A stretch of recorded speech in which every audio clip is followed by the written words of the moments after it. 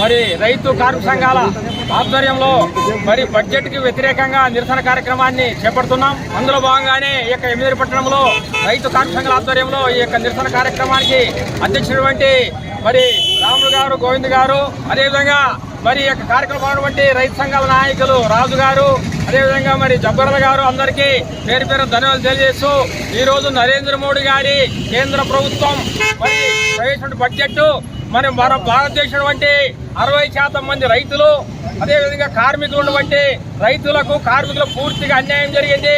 గతంలో మీరు తీసుకున్నటువంటి నిర్ణయాలు 3 వ్యవసాయ చట్టాలు రద్దు చేస్తామని చెప్పేసి మళ్ళా మరి రద్దు చేసేట్లే చేసి మళ్ళీ పరోక్షంగా అమలు చేసడానికి ఒక ప్రయత్నం జరుగుతూ ఉంది.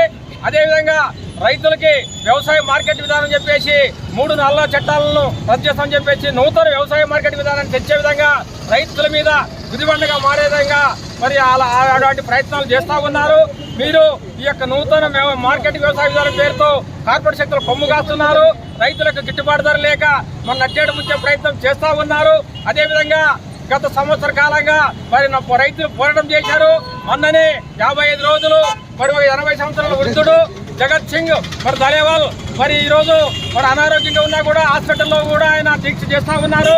మరి ఫిబ్రవరి 12కి మీరు చర్చలకు పిలుస్తామని చెప్పి పిలవడం జరిగింది. ఆ చర్చలు కూడా సఫలం చేస్తామని చెప్పి మాకైతే నమ్మకం లేదు.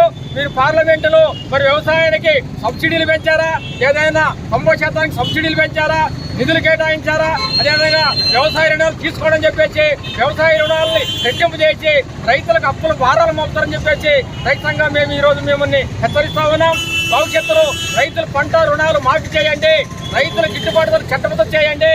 అదేవిధంగా మరి నూతన పారిశ్రామిక విధానాన్ని రద్దు చేసి మరి కనీస మరి సమగ్ర చట్టం, వేతన చట్టం అందరికీ ఆమోదయోగ్యంగా మరి 24,000 రూపాయల జీవో కాకుండా తీసుకొచ్చేటట్లు ప్రయత్నం చేయాలి.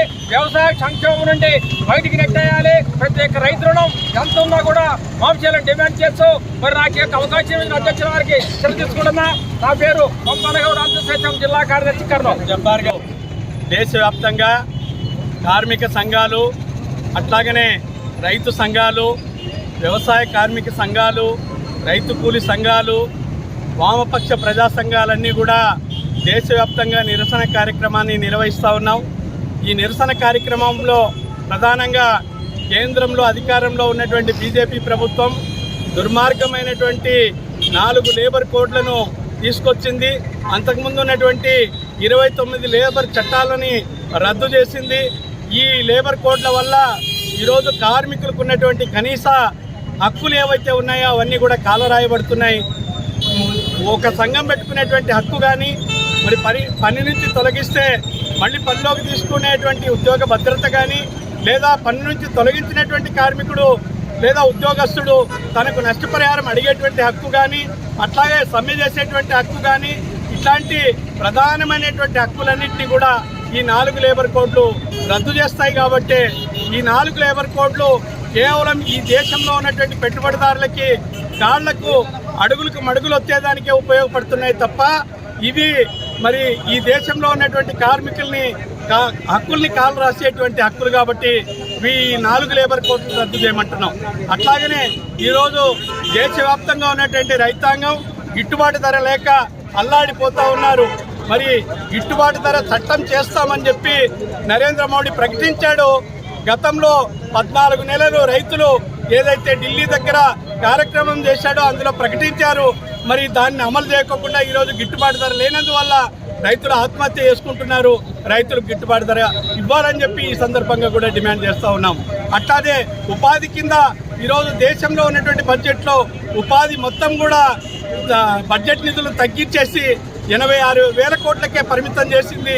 ఇది లక్షల కోట్లు ఉన్నటువంటి ఈ బడ్జెట్ని తగ్గించడం వల్ల ఉపాధి కూలీలు ఎవరైతే ఉన్నారో మొత్తం కూడా ఈరోజు నష్టపోయేటువంటి అవకాశము, వాళ్ళ నోటికాడ కూడు కొట్టేసేటువంటి విధానం. కాబట్టి ఈ రకంగా ఉపాధి హామీలకు బడ్జెట్లో పెంచాలని చెప్పి ఈ ముఖ్యమైన డిమాండ్లతో ఈరోజు ఈ నిరసన కార్యక్రమాలు జరుగుతున్నాయి.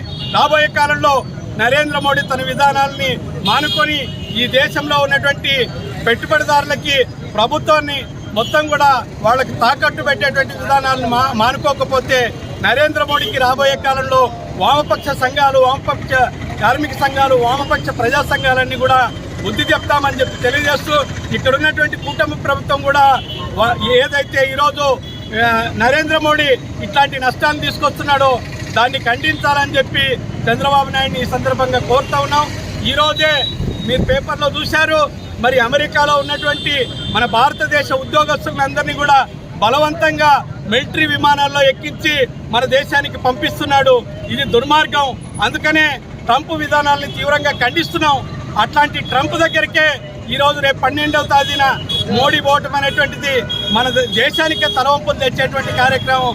దీన్ని మానుకోవాలని చెప్పి మోడీ గారికి ఈ సందర్భంగా తెలియజేస్తూ, ఈ విధానాలపైన రాబోయే కాలంలో వామపక్ష ప్రజా సంఘాలుగా పెద్ద ఎత్తున పోరాటం నిర్వహిస్తామని చెప్పి తెలియజేస్తా ఉన్నాం.